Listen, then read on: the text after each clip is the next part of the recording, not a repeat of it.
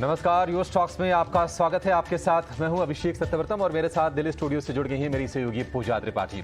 आज हफ्ते का आखिरी कारोबारी दिन, अगले हफ्ते बजट पर नजर होगी, लेकिन बाजार में आज लगातार दूसरे दिन भारी बिकवाली हमें देखने को मिल रही है। 2 दिन में निफ्टी करीब 400 अंक टूट गया है और 3 महीने के निचले स्तर पर बाजार है। 17,700 के नीचे इस वक्त आपको निफ्टी कारोबार करता हुआ दिखाई देगा। वहीं लगातार 3 दिनों में निफ्टी बैंक करीब 2000 अंक लुढ़का है और ऑटो और फार्मा को छोड़ दें तो सभी सेक्टर में आज हमें कमजोरी देखने को मिल रही है। अडानी ग्रुप के शेयरों में बिकवाली लगातार जारी है और हम देख रहे हैं कि Adani trans, Adani green, Adani total, ये जो शेयर हैं वहां पर बिकवाली की आंधी कुछ ज्यादा ही चल रही है। वैसे आज निफ्टी का टॉप लूजर अडानी पोर्ट है फिर से, उसके पीछे पीछे अडानी एंटरप्राइजेज में 3.5% के आसपास की गिरावट है।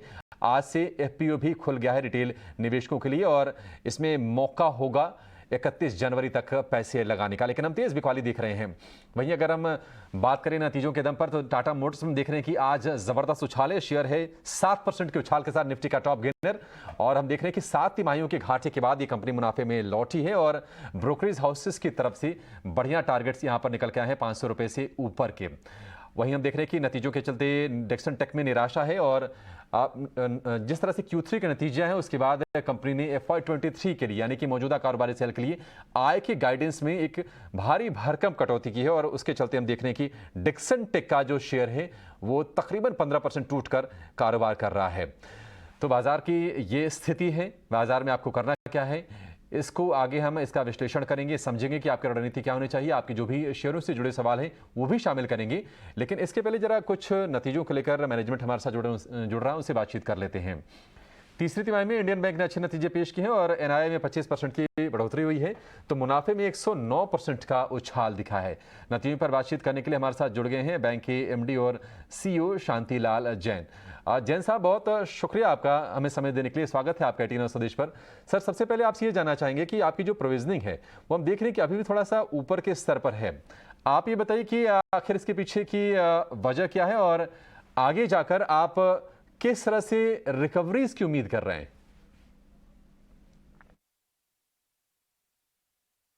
निम्स के दो दो दो कारण है। वन है आपका कॉस्ट ऑफ डिपॉजिट, दूसरा है आपका yield on advances. Yield on advances depend करता है अगर आपका लोन रिपो लिंक है, एमसीएलआर लिंक है या फिक्स रेट ऑफ इंटरेस्ट पे है। रिपो लिंक जो लोन है वो रिपो के बढ़ने के साथ ही बढ़ जाते हैं। तो आपने देखा कि रिपो 225 बेसिस पॉइंट से बढ़ाया है रिजर्व बैंक ने टाइम टू टाइम, सो उसकी वजह से हमारा इंक्रीज इन इंटरेस्ट इनकम है। दूसरा क्या है, आपका एमसीएलआर रिलेटेड जो लोन है वो डिपेंड करते हैं आपकी एमसीएलआर इंक्रीज पर। सिंस द इंटरेस्ट रेट बढ़ी है तो आपकी हमने भी अपनी इंटरेस्ट रेट ऑन एफडीआर बढ़ाई है। इंटरेस्ट रेट ऑन एफडीआर बढ़ाने से क्या होता है कि आपकी कॉस्ट ऑफ डिपॉजिट बढ़ती है तो आपकी एमसीएलआर बढ़ जाती है।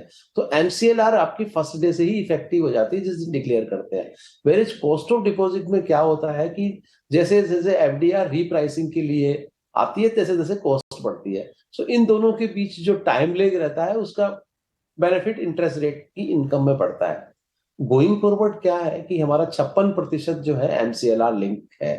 और तो क्या होगा कि ये जैसे जैसे ये लोन रीप्राइसिंग के लिए आएगा, सपोज करो हमने 1 साल पहले 1 ईयर एमसीएलआर पर दिया था तो वो चल रहा है, अब 1 ईयर कंप्लीट होते ही वो रीप्राइसिंग पर आएगा। ठीक इसी तरह से आगे के 1 2 3 क्वार्टर में आएगा, उस टाइम हमारी डिपॉजिट भी रीप्राइसिंग के लिए आएगी। So part of the increase in deposit cost will be taken care by the increase in the MCLR. So ये गोइंग फॉरवर्ड मार्जिन 3.74 नहीं रह सकता है, मे बी इन Q1 और Q2 it will come down, but this will be partly offset by increase in MCLR, partly हम इसको offset करेंगे हमारा प्रोडक्ट मिक्स के साथ, हमारी बिजनेस ग्रोथ के साथ। ठीक है, तो ये तो बात हुई मार्जिन की, लेकिन सर कॉर्पोरेट सेगमेंट में आपसे व्यू लेना चाहेंगे, वहां पर आप ग्रोथ कैसी देख रहे हैं? क्योंकि काफ़ी सारे बैंकों के कमेंट्स ये भी निकल कर आए कि इस स्पेस में अब कंपटीशन बढ़ता जा रहा है, मिस प्राइसिंग को लेकर भी कंपटीशन यहाँ पर काफ़ी ज़्यादा है। तो ऐसे में आप किस तरह की ग्रोथ का अनुमान लगा रहे हैं कॉर्पोरेट सेगमेंट को लेकर? देखो, कॉर्पोरेट में हमको जो ग्रोथ मिल रहा है वो एनबीएफसी से मिल रहा है, पीएसयू से मिल रहा है, रोड से मिल रहा है, आयरन एंड स्टील से मिल रहा है, सीमेंट से मिल रहा है, टेक्सटाइल से मिल रहा है, सिटी गैस डिस्ट्रीब्यूशन से मिल रहा है, तो काफी अपॉर्चुनिटीज हमको मिल रही है। अब इसमें जो इंपॉर्टेंट बात है वो है आपकी प्राइसिंग क्या है। सो अभी हमने देखा बॉन्ड मार्केट में तो फिर भी इंटरेस्ट रेट थोड़ा इंप्रूव हुआ है, क्रेडिट मार्केट में पूरा अभी हुआ नहीं, बट हम लोग बहुत सेलेक्टिव है, जहां जहां हमको मार्जिन्स मिलते हैं हम वहां वहां अपना क्रेडिट ग्रोथ करते हैं, और जहां हमको मार्जिन नहीं मिलता है हम we allow them to go, and that is why you see our growth is low in corporate as against retail, because retail में मार्जिन अच्छा है। सो हमारा है कि हमारा मार्जिन प्रोटेक्टेड रहे, हमारा एनआईआई ग्रोथ हो, इसी स्ट्रेटेजी के साथ हम आगे चल रहे हैं। ठीक है जैन साहब, एक आखिरी सवाल जिसको लेकर हमारे दर्शकों की भी नज़र होगी और आप ज़रूर उस पर फोकस भी कर रहे होंगे। हम देख रहे हैं कि बैंकिंग सेक्टर में एसेट क्वालिटी तेज़ी से सुधर रही है, आपकी क्या प्लानिंग है? आप किस तरह से अपने एनपीएस को यहाँ से और घटाएंगे? क्या आप कुछ लोन एनएआरसीएल को ट्रांसफर करने की योजना बना रहे हैं? कुछ अपडेट शेयर करेंगे हमसे? आप देखिएगा एनपीए कंटिन्यूअसली कम होते जा रहे हैं। अभी हमारे ही बैंक को देखो तो कहाँ 9% से हम लोग 6.5 पर आगे, लास्ट क्वार्टर में हम 7.30 थे, तो ग्रॉस एनपीए हमारा कम हो रहा है। अब जो दूसरी बात है नेट एनपीए हमारा कम होता जा रहा है। अब तो 1% नेट एनपीए पे आ गए, जो 1.5% था। प्रोविजंस काफी इंप्रूव हो गए, प्रोविजन अभी जो है 93.59% हमारा प्रोविजन कवरेज रेशियो। तो स्लोली क्या हो रहा है कि ग्रॉस एनपीए कम हो रहे हैं, नेट एनपीए कम हो रहे हैं, प्रोविजंस बढ़ रहे हैं, कलेक्शन एफिशिएंसीज 95% के आसपास हम मेंटेन कर रहे हैं, एसएमएस पूरा कंट्रोल कर रहे हुए हैं। सो धीरे बेटर पोजीशन होती जा रही है। जैन साहब, बहुत शुक्रिया आपका समय देने के लिए और नतीजों पर बातचीत करने के लिए, और आगे की राह यहाँ से बैंक के लिए किस तरह की होगी इस पर भी अपने विचार हमसे साझा करने के लिए। बहुत अच्छा लगा आपसे बातचीत करके। लेकिन बाजार पर लौटेंगे। बाजार में बिकवाली और बढ़ गई, 17,750 के स्तर को भी निफ्टी ने तोड़ दिया है। और अगर हम 2 दिनों की बात करें तो 2 दिन में निफ्टी में तकरीबन 4 से 450 अंकों की भारी गिरावट हो चुकी है। और सभी जो अहम डीएमएज हैं, 50 डीएमएज यानी कि daily exponential movie average 100 DMA, वहां से नीचे जाकर बाजार अब ट्रेड कर रहा है। करीब 3 महीने के निचले स्तर के आसपास इस वक्त निफ्टी आपको दिखेगा। और 2 दिन की अगर बात करें तो निफ्टी बैंक, वहां पर हम देख रहे हैं कि कहीं ना कहीं घबराहट ज़्यादा है, क्योंकि एक तो अडानी ग्रुप के शेयरों में हम लगातार बिकवाली देख रहे हैं, कहीं ना कहीं चिंताएं उभर के आ रही हैं, निवेशक थोड़े चिंतित हैं। और बैंकिंग स्टॉक्स में हम देख रहे हैं कि लगातार प्रेशर है, 40,000 के स्तरों की तरफ अब जा रहा है निफ्टी बैंक। लेकिन अब दोनों एक्सपर्ट को अपने साथ जोड़ेंगे, थोड़ा सा बाजार का मूड और माहौल समझेंगे, और उसके बाद आपके सवालों को भी हम बचे हुए समय में शामिल करेंगे। आज आपको गाइड करने के लिए हमारे साथ हैं वृद्धि इन्वेस्टमेंट के विवेक करवा और 5 पैसा कैपिटल के रुचित जैन। विवेक और रुचित, आप दोनों का बहुत शुक्रिया, स्वागत है टी9 स्वदेश पर। रुचित, हम देख रहे हैं कि बाजार में लगातार दूसरे दिन बिकवाली है, और जाहिर सी बात है कि जब इतना बड़ा कॉर्पोरेट घराना, उसके जब सभी शेयर टूट रहे हैं, वहां पर थोड़ी सी निराशा का माहौल हो, तो ये स्वाभाविक भी है। और हम देख रहे हैं कि काफ़ी अहम क्रूशियल लेवल्स बाजार पर ब्रेक हुए नीचे की तरफ। रुचित, आप क्या देख रहे हैं डायरेक्शन बाजार की यहाँ से? क्या यहाँ से भी और डाउन साइड है? करना क्या चाहिए ट्रेडर को? Yes, very good morning. Market में देखिए तो क्लियरली लास्ट जनवरी सीरीज था, जनवरी सीरीज एक सीमित दायरे में मार्केट रहा था, जहाँ पे 17,750 एक इम्पोर्टेंट सपोर्ट था, 17,770 के आसपास, और ऊपर 18,200 18,250 वो एक इम्पोर्टेंट रेजिस्टेंस था। अब क्योंकि वो सपोर्ट एंड टूट चुका है, तो शॉर्ट टर्म ट्रेंड डेफिनेटली वापस से नेगेटिव चेंज हो गया है। और यहाँ पे प्राइमरी जो रीजंस रहे वो एफआईएस की सेलिंग, मुझे लगता है ज्यादा बड़ा रीजन रहा है मार्केट के ये सेल ऑफ के लिए, क्योंकि आप कंटिन्यूसली देखेंगे तो एफआईएस ने ये सीरीज में जो रोल ओवर्स भी किए हैं, वो ज्यादा अपनी जो शॉर्ट पोजिशन थी वो ज्यादा रोल ओवर की है to the February series. India VIX भी बढ़ रहा है। सो ये सब जो फैक्टर्स है वो मार्केट के इतने पॉजिटिव हित में नहीं है। सो हमें लग रहा है कि शॉर्ट टर्म में जैसे ब्रॉड मार्केट सेल ऑफ भी देख रहा है, तब तक जब तक वापस से स्टेबिलिटी नहीं आती है, तब तक बेटर है कि थोड़ा कॉशियस रहे और मार्केट में वेट एंड वॉच का अप्रोच रखे। एंड इनकेस एक बार कुछ स्टेबिलिटी आ जाती है फिर से, उसके बाद फिर से मार्केट में आप एंटर कर सकते हैं। बट फॉर नाउ, क्योंकि ये 400-500 पॉइंट का जो रेंज था पिछले महीने सीरीज में, उसका सपोर्ट का ब्रेकडाउन आया, तो शॉर्ट टर्म मोमेंटम यहाँ से नेगेटिव लग रहा है। ठीक है, तो शॉर्ट टर्म के लिए यहाँ से थोड़ी और गिरावट बाजार में देखने को मिल सकती है। चलिए, ये है मार्केट पे राय, और मैनेजमेंट को भी हमने सुनवाया, लेकिन अब आगे बढ़ते हैं और आपके सवाल को भी अब शामिल करेंगे। सवाल पूछने का तरीका भी आपको बता देते हैं। अगर आपके कुछ सवाल हैं तो आप हमें फ़ोन कर सकते हैं, व्हाट्सएप के जरिए अपने सवाल भेज सकते हैं, और हमारा जो सोशल मीडिया हैंडल है, ट्विटर, फेसबुक, इंस्टाग्राम, उसके जरिए भी आप हमसे संपर्क कर सकते हैं। तरीका लगातार आपके स्क्रीन पर फ्लैश होता रहेगा। और इस बीच पहला सवाल हमें व्हाट्सएप के जरिए आ भी चुका है। मुंबई से अक्षय मिश्रा जी का सवाल आया है। RVNL है इनके पास 50 शेयर्स, इन्होंने 70-83 के भाव पर लिया हुआ है इस स्टॉक को। क्या सजेस्ट करेंगे विवेक आप स्टॉक में, क्योंकि हम देख रहे थे कि जब स्टॉक में चलना शुरू किया होगा तब के लेवल्स की बाइंग इनकी दिखाई दे रही है, उसके बाद एक तेजी भी इन्होंने देखी होगी, लेकिन अब काफी समय से स्टॉक में गिरावट है और आज भी देखिए करीब 2% नीचे स्टॉक, 3% नीचे स्टॉक कारोबार कर रहा है। अभी भी इन स्तरों पर बने रहने की राय देंगे आप?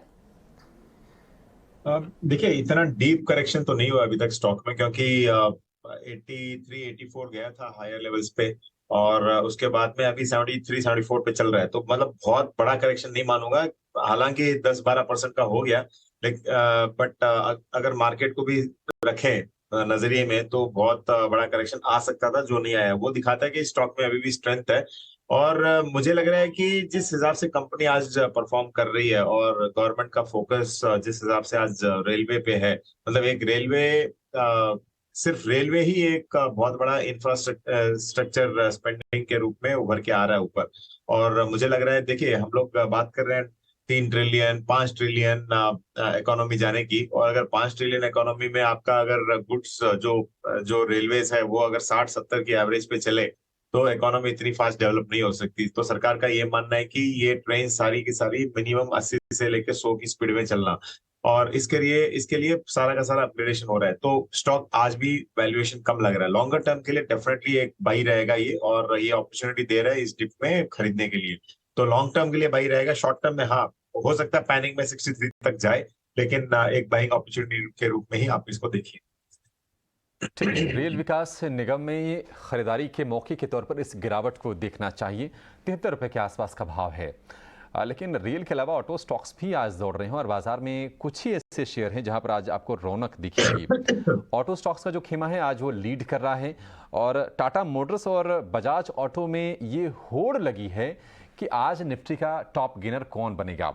दोनों शेयरों में हम देख रहे हैं कि टाटा मोटर 7.25% ऊपर है, बजाज ऑटो 6.25% ऊपर है, और नतीजों के चलते हम ये मजबूती देख रहे हैं। बजाज ऑटो के मार्जिन में हमने जबरदस्त करीब करीब 4% के आसपास का एक्सपेंशन देखा है, बदलाव देखा है ऊपर की तरफ, और कामकाजी मुनाफे में 30% के आसपास का उछाल है। 7 तिमाहियों के लगातार घाटे के बाद टाटा मोटर्स हम देख रहे हैं कि आज ये शेयर चल रहा है, अच्छी रौनक है। ऐसी रौनक देखिए काफी वक्त हो गया टाटा मोटर के शेयर में।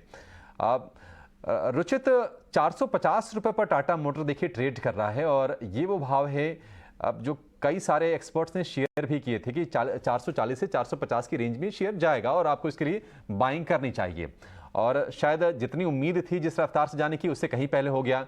यहां से आगे के लिए आप क्या लेवल सुझाएंगे रुचित, क्या आपको लग रहा है?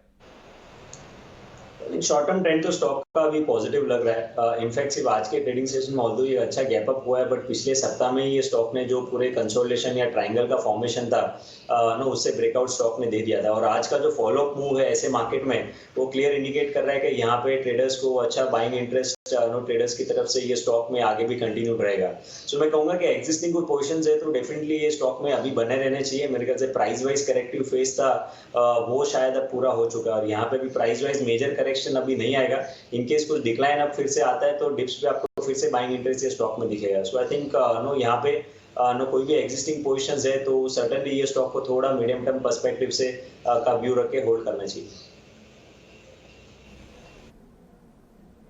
ठीक है, तो ये व्यू टाटा मोटर्स पर होल्ड करने की राय। आज 7% ऊपर इस स्टॉक का कारोबार भी कर रहा है। अब व्हाट्सएप के जरिए अगला सवाल ले लेते हैं। ये लखनऊ से हमें रश्मि जी ने भेजा है। इनका पहला सवाल है पॉलीप्लेक्स कॉर्पोरेशन पर 100 शेयर्स इन्होंने 1779 के लेवल्स पर लिया हुआ है इस स्टॉक को। विवेक, क्या सजेस्ट करेंगे आप, स्टॉक पर क्या व्यू बन रहा है आपका? देखिए, स्टॉक काफी हाई लेवल से, मतलब 2800 के लेवल से ये लगातार एक करेक्शन मोड में था, और 2800 में बहुत इसका वैल्यूएशन स्टेज था, जैसे अडानी ग्रुप में स्टेज वैल्यूएशन थे वैसे ही। लेकिन उसके बाद में इस करेक्शन के बाद में मुझे लग रहा है कि आज के दिन ये स्टॉक आपको होल्ड करना चाहिए। ये कहीं ना कहीं मेरे हिसाब से बॉटम आउट हो जाएगा यही कहीं, और कंपनी बढ़िया है। और पर्टिकुलरली वैल्यूएशन आज काफी इम्प्रूवमेंट दिखा रहा है, मतलब 7.5 की पी पे ये आज स्टॉक चल रहा है। और जिस स्पेस में है, मतलब प्लास्टिक प्रोडक्ट्स में, ये आई थिंक पैकेजिंग में one of the finest companies है, तो होल्ड कीजिए। पिछले क्वार्टर का रिजल्ट अच्छा नहीं था, करीबन 26% इसका नेट प्रॉफिट डाउन था। लेकिन इस बार क्योंकि सारा का सारा सब कुछ ओपन हो चुका है, इस बार अगर ये प्रॉफिट थोड़ा बहुत भी अगर स्टेबिलिटी दिखाता है, तो मेरे हिसाब से इस स्टॉक में एक स्टेबिलिटी आ जाएगी। बाइंग नहीं आए चाहे, लेकिन एक स्टेबिलिटी आ जाएगी और नीचे नहीं जाएगा, तो होल्ड कीजिए फिलहाल। ठीक है, तो फिलहाल होल्ड करने की राय, नुकसान हो रहा है आपको, लेकिन निकलने की राय नहीं होगी। इन स्तरों पर आप बने रह सकते हैं स्टॉक में, ये राय पॉलीप्लेक्स कॉर्पोरेशन में आपको दे दी गई। चलिए